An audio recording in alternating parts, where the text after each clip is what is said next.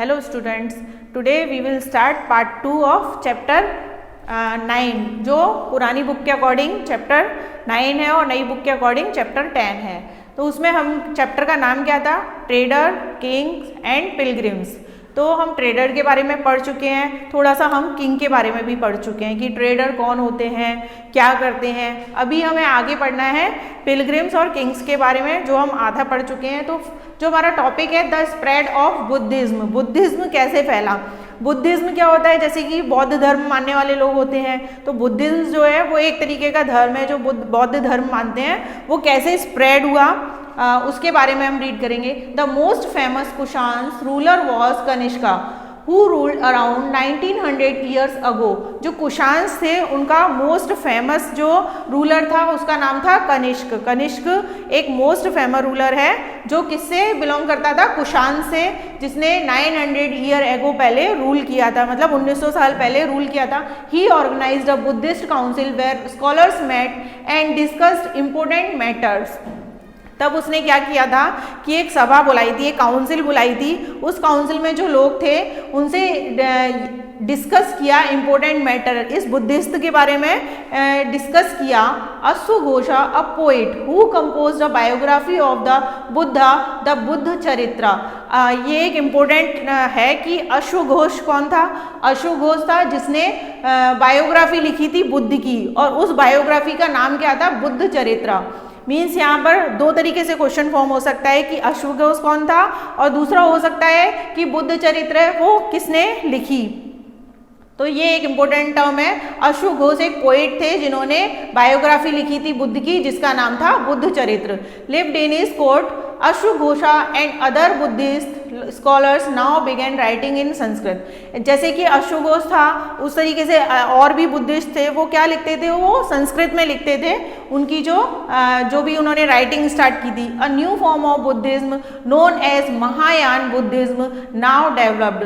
फिर आगे चल के क्या हुआ? जो बुद्धिज्म था वो कैसे जाने लगा था? महायान बुद्धिज्म के नाम से। जैसे कि नाम से पता चल रहा है ना, महायान बुद्धिज्म मीन्स महा मीन्स बड़ा, यान मतलब जिसको हम व्हील बोल सकते हैं, मतलब जो आगे स्प्रेड हो चुका था, वो डेवलप हो गया था।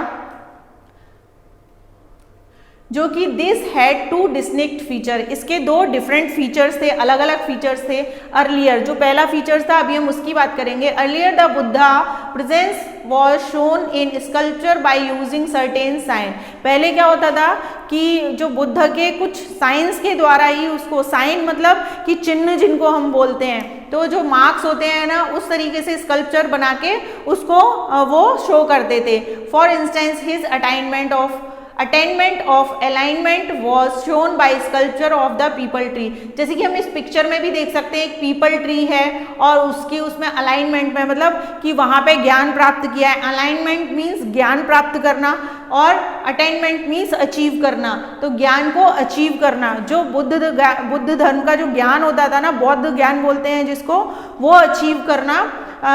वैसे तरीके से स्कल्पचर बनाए जाते थे। जैसे कि यहाँ पे एक पीपल ट्री का आपको एग्जाम्पल दिया हुआ है। उसकी जगह क्या होने लगा था? तो फर्स्ट फीचर के बारे में हम बात कर रहे हैं कि जो स्कल्पचर्स बनाए जाते थे कुछ साइंस के द्वारा, जिसमें बताया जाता था, उसकी जगह क्या होने लगा था? Now statue of the Buddha were made. Many of these were made in Mathura while other were made in Takshila.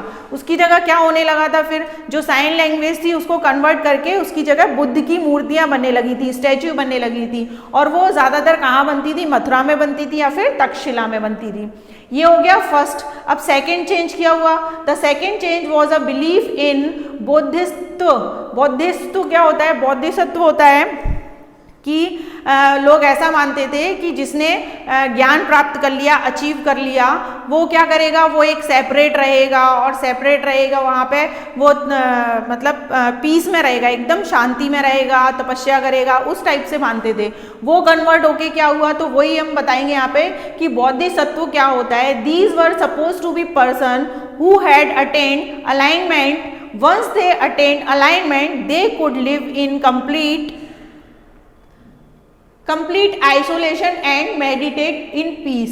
तो यहाँ पर वही है कि वो कंप्लीटली आइसोलेटेड रहेगा, सेपरेट रहेगा और पीस में रहेगा, मेडिटेशन करते हुए, तपस्या करते हुए।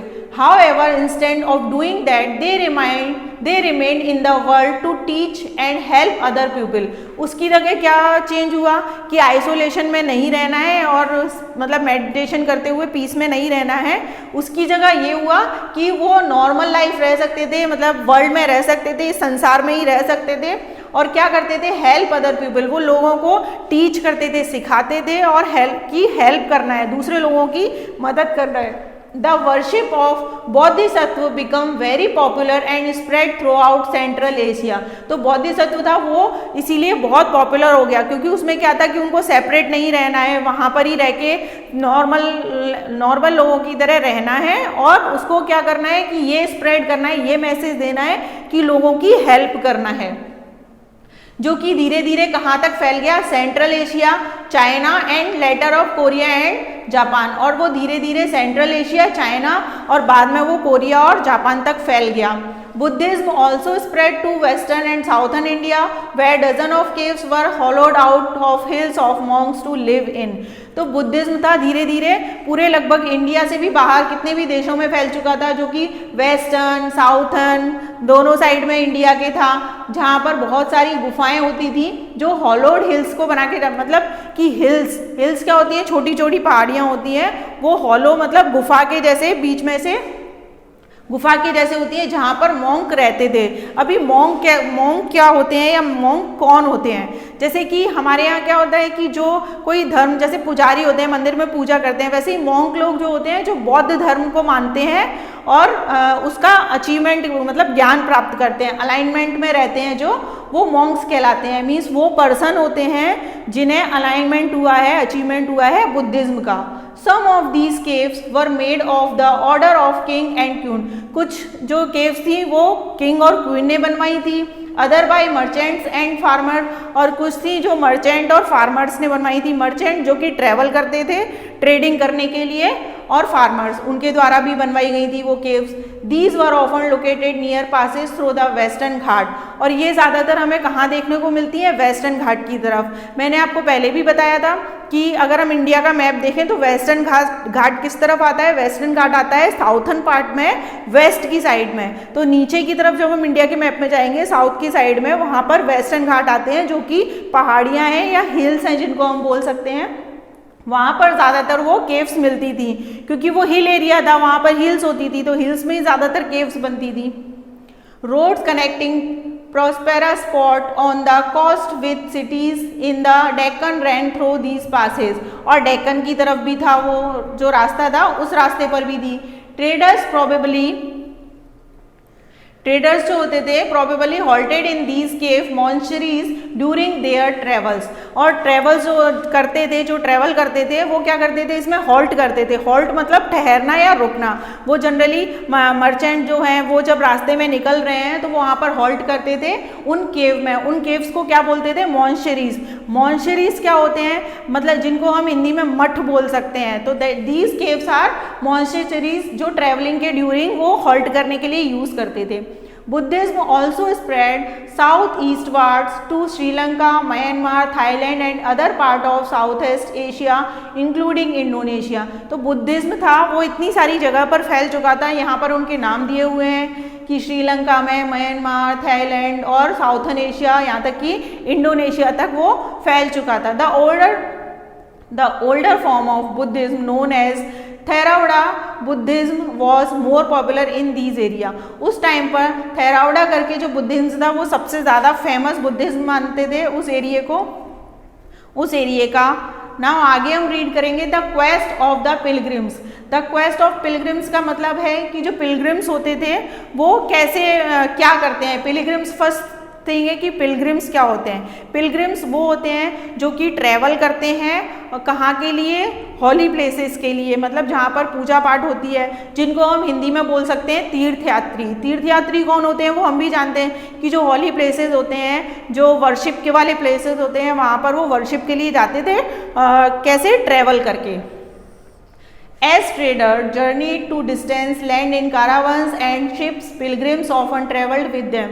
तो जब भी कोई ट्रेडर होते थे, जब वो ट्रैवल करते थे तो उनके साथ में वो पिलग्रिम्स होते थे, जो किसके द्वारा ट्रैवल करते थे, शिप या कारावंस, किसी के भी द्वारा वो ट्रैवल करें, उनके साथ में वो पिलग्रिम्स होते थे।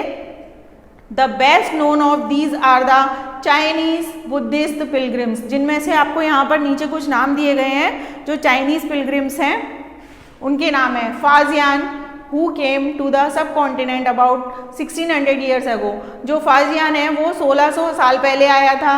जुआन जेंग है जो 1400 साल पहले आया था। आई क्विंग है जो एक्स जुआन के आने के 50 ईयर्स बाद आया था, मतलब 1350 साल पहले आया था।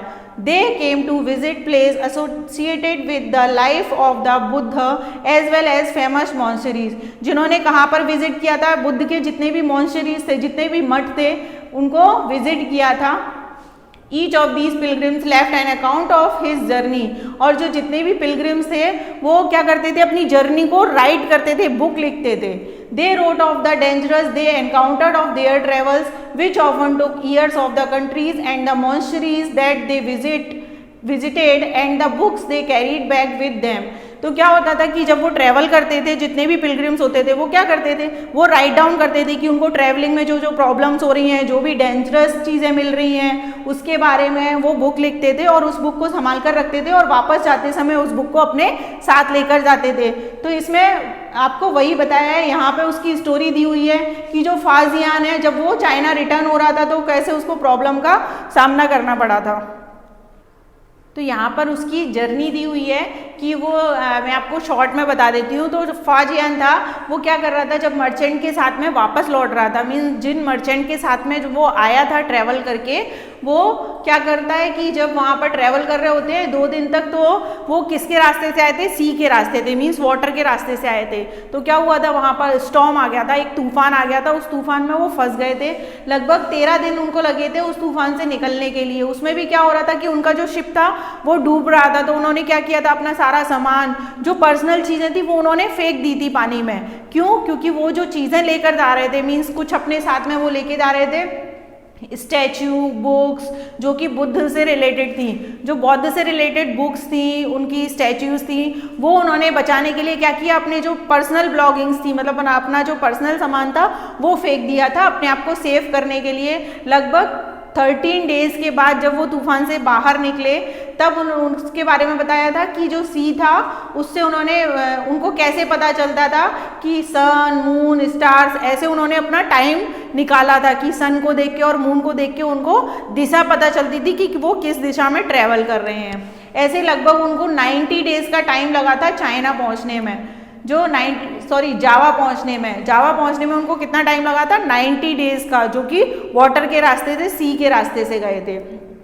आगे नीचे यहाँ पे आपको दी हुई है जुआन जेंग है, उसकी स्टोरी दी हुई है सेम, कि उसने जो ट्रेवल किया था वो किया था रोड से, बाई रोड, मतलब who took the land route back to China. उसने चाइना को वापस लौटने के लिए लैंड रूट फॉर्म किया था, मतलब लैंड रूट से गया था वो, जो कि नॉर्थ वेस्ट और सेंट्रल एशिया से होते हुए गया था।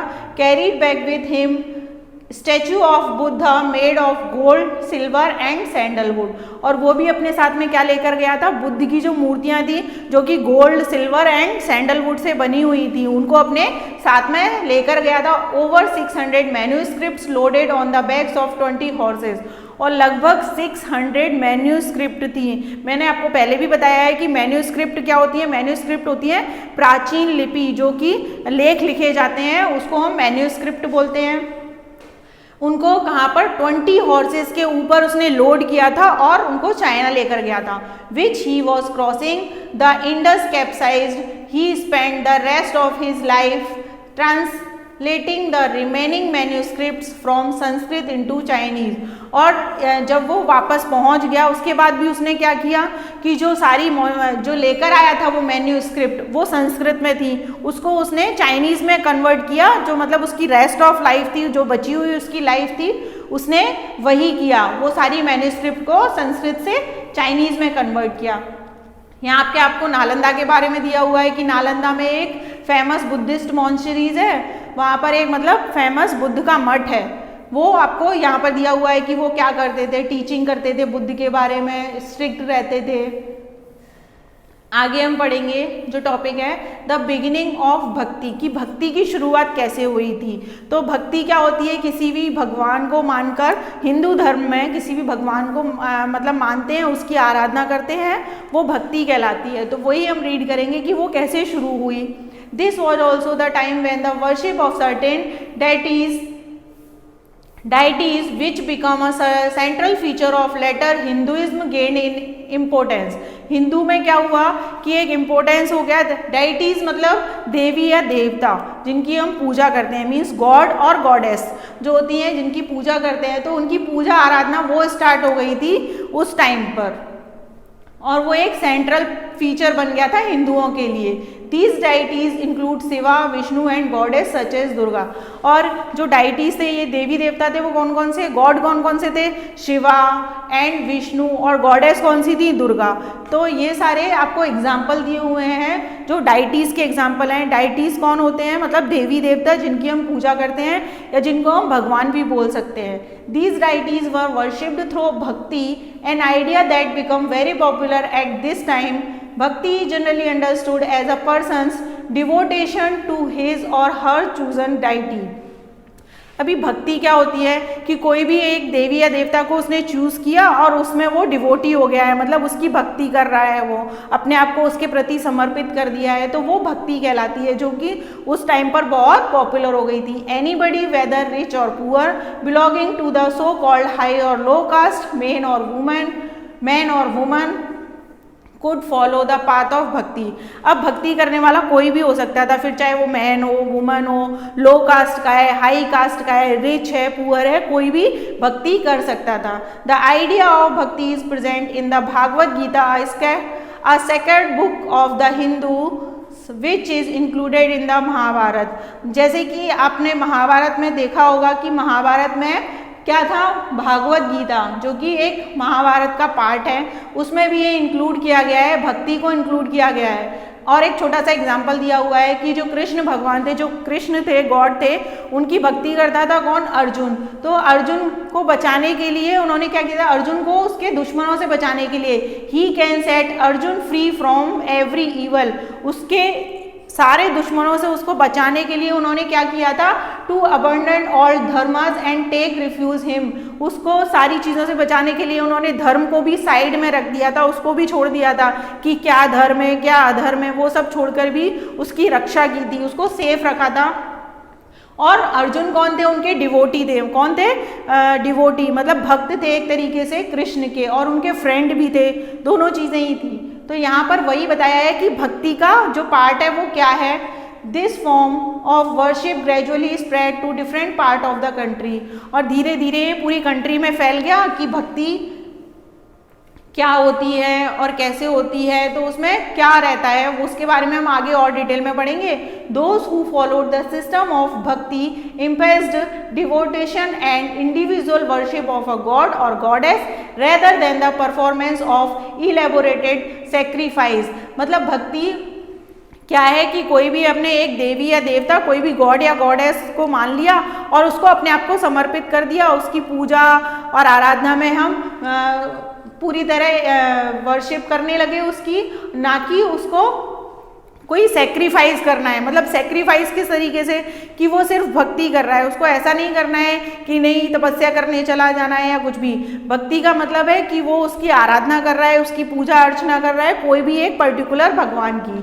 According to this system of belief, if a devotee worships the chosen deity with a pure heart, the deity will appear in the form in which he or she may desire।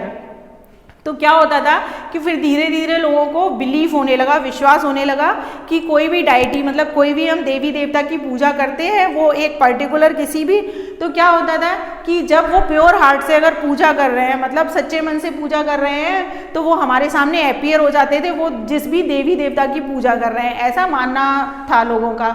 So the deity could be thought of as a human being, lion, tree or any other form. और वो जो deity थे, जो भगवान थे, जो देवी देवता थे, वो किसी भी रूप में प्रकट हो सकते थे। जैसे एग्जाम्पल के लिए दिया हुआ है, या तो वो ह्यूमन बीइंग या लायन, ट्री, किसी भी रूप में फॉर्म होकर उनको दिखते थे। Once this idea gained acceptance, artists made beautiful images of these deities. फिर जब ये आइडिया एक्सेप्ट हो गया कि हाँ भगवान किसी भी फॉर्म में दिख सकते हैं, उनको जब जो भक्त हैं उनको किसी भी फॉर्म में दिख सकते हैं, तो आर्टिस्टों ने क्या किया, ब्यूटीफुल इमेजेस बनाने लगे। जैसे कि आपको एक एग्जांपल दिया हुआ है, ये 12 अवतार का है। यहाँ पर 12 अवतार में भगवान है और एक वुमेन है जो कि अर्थ का फॉर्म दिया हुआ है। तो ये उन्होंने आर्टिस्ट ने स्कल्पचर बनाया है। वैसे ही आर्टिस्ट स्कल्पचर फॉर्म करने लगे थे ये इमेजिन करके। भक्ति, अभी भक्ति क्या है, भक्ति एक संस्कृत वर्ड है भज, जिसका मीनिंग होता है टू डिवाइड और शेयर, जिसका मतलब होता है डिवाइड मतलब डिवाइड करना या शेयर करना। तो भज वर्ड से भक्ति वर्ड बना हुआ है। The devotee known as the bhakta and Bhagavat shares his or her chosen deity भग। तो कोई भी देवी देवता को वो मान सकता है, उसको हम भक्ति कहते हैं। डिवोटी जो होता है वो होता है भक्त होता है, और डाइटी होता है भगवान होता है। उसके बारे में यहाँ पे बताया है। ऐसे ही नीचे यहाँ पे कुछ पोयम दी हुई है। अ पोयम बाई ए भक्त, एक भक्त के द्वारा लिखी हुई पोयम दी हुई है जो कि भगवान के बारे में है, जो शिव भगवान के बारे में है। नाउ नीचे हम देखेंगे आगे पैराग्राफ में, because the deities were special, these images of the deity were often placed within special homes। अब क्या होता था कि वो जो इमेज बना लेते थे, मतलब हम उनको मूर्ति बोल सकते हैं, वो इमेज बना ली और इमेज बना के क्या करते थे, एक होम में रखते थे। तो उस होम को क्या बोलते थे, मतलब मंदिर, टेम्पल्स। टेम्पल्स में क्या होता है, भगवान की मूर्ति रखी होती है। तो वही यहाँ पे बताया है कि स्पेशल होम बना के वहाँ पे रखते थे उनको। तो places that we describe as temple, जिनको हम टेम्पल बोलते हैं, डिस्क्राइब करते हैं टेम्पल के जैसे। You will learn more about these temples in chapter 11। हम आगे के चैप्टर, जो नेक्स्ट चैप्टर आएगा, उसमें हम इन टेम्पल्स के बारे में रीड करेंगे। Bhakti inspired some of the best expression in art, sculpture, poetry and architecture. और जो भक्ति थी वो उसको कैसे फॉर्म करते थे आर्टिस्ट, या तो स्कल्पचर बनाते थे मतलब मूर्ति बनाते थे, या पोएम लिखते थे, या फिर आर्किटेक्ट बना के मतलब कोई मंदिर का निर्माण करके।